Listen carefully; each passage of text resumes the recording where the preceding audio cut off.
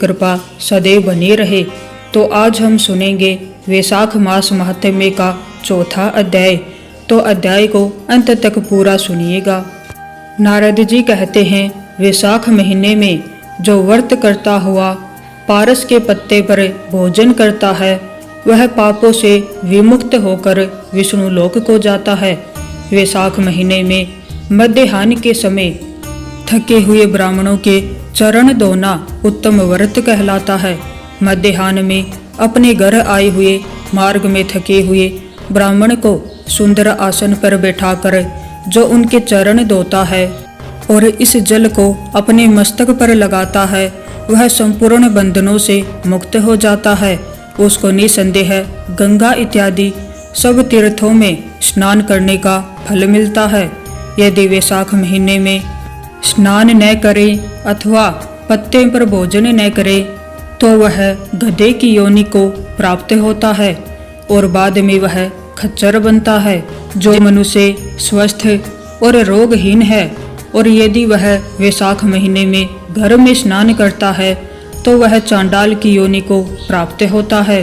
हे राजेंद्र, वैशाख महीने में सूर्य के मेष राशि में स्थित होने पर जो घर के बाहर किसी तीर्थ में स्नान नहीं करता वह कुत्ते की योनि को प्राप्त होता है। जो कोई वैशाख महीने में बिना स्नान किए अथवा बिना दान किए समय व्यतीत करता है वह अवश्य ही पिशाच योनि को प्राप्त होता है। जो वैशाख महीने में लोभ के कारण अन्न और जल का दान नहीं देता उसके दुख की हानि तथा पाप की हानि कभी कम नहीं होती, इसमें कोई संदेह नहीं है। विष्णु भगवान में तत्पर लीन होकर जो वैशाख महीने में नदी में स्नान करता है वह तीनों जन्म के एकत्रित हुए पापों से मुक्त हो जाता है, इसमें कोई संदेह नहीं है। जो प्रातःकाल सूर्य उदय से पहले समुद्र में जाने वाली नदी में स्नान करता है उसके 7 जन्म के संचित पाप नष्ट हो जाते हैं। जो मनुष्य उषा काल में 7 गंगाओं में स्नान करता है उसके करोड़ों जन्मों के संचित पाप नष्ट हो जाते हैं, इसमें कोई संदेह नहीं है। वैशाख महीने में जो अपने द्वारा खुदवाए हुए जलाशय में स्नान करता है उसके अजन्म के पाप हट जाते हैं, इसमें कोई संदेह नहीं है। वैशाख महीने में जो बावड़ी में प्रातःकाल स्नान करता है उसके महापातकों के समुदाय नष्ट हो जाते हैं। यदि घर के बाहर किसी तीर्थ में गाय के खुर के समान गहरा जल भी हो तो यह निश्चय है कि उसमें गंगा इत्यादि सब नदियाँ वास करती हैं। इस बात को जानने वाले को सब तीर्थों से अधिक फल मिलता है। हे राजेंद्र, रसों में दूध श्रेष्ठ है, दूध से दही श्रेष्ठ है, दही से घी श्रेष्ठ है।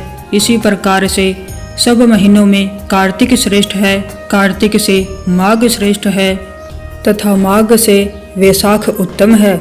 इस मास में किया हुआ धर्म बड़ के बीज के समान बढ़ता है।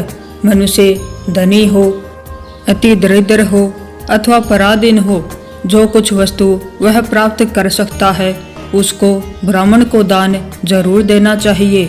कंदमूल, फल, शाक, गुड़, काठ, पत्ता, जल, मट्ठा ये पदार्थ दान देने से बढ़ते हैं।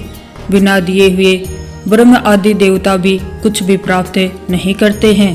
दान न देने वाला दरिद्र हो जाता है, दरिद्र होने से पाप बढ़ने लगते हैं और पाप करने से अवश्य ही नरक में जाता है। इस कारण से सुख की इच्छा रखने वाले को सदा दान देना चाहिए। जिस प्रकार से सब गुणों से पूर्वाग्रह आच्छादन के बिना शोभा नहीं देता उसी प्रकार से सब महीनों में धर्म करने वाला यदि वैशाख मास में धर्म नहीं करता तो उसका सब व्यर्थ हो जाता है। जिस प्रकार सब गुण दया के बिना अधूरे होते हैं उसी प्रकार से वैशाख मास में धर्म के बिना सब क्रियाएं अधूरी होती हैं। इस तरह से सब गुणों से पूर्ण शाक नमक के बिना स्वादहीन होते हैं।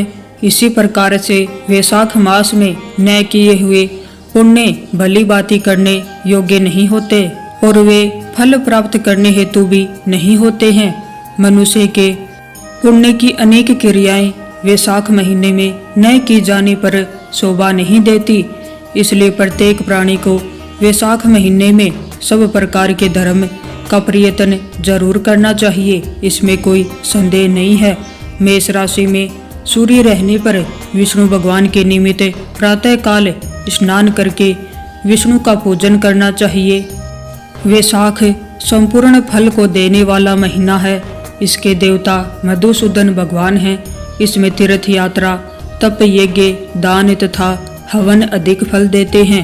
प्रार्थना का मंत्र है, हे मधुसूदन, हे देवेश, वैशाख मास में जब सूर्य मेष राशि में जाता है, मैं प्रातःकाल स्नान करूंगा। हे माधव, मेरे संकल्प को निर्विघ्न पूरा करिएगा। अर्घ्य देने का मंत्र है, हे मधुसूदन, वैशाख मास में सूर्य के मेष राशि में जाने पर प्रातःकाल स्नान करने में मैं उद्यत तुम्हें अर्घ्य देता हूँ, इसको ग्रहण करें। गंगा इत्यादि नदियाँ, सब तीर्थ तथा सब जलाशय मेरे दिए गए अर्घ्य को ग्रहण करके भली भांति प्रसन्न हो।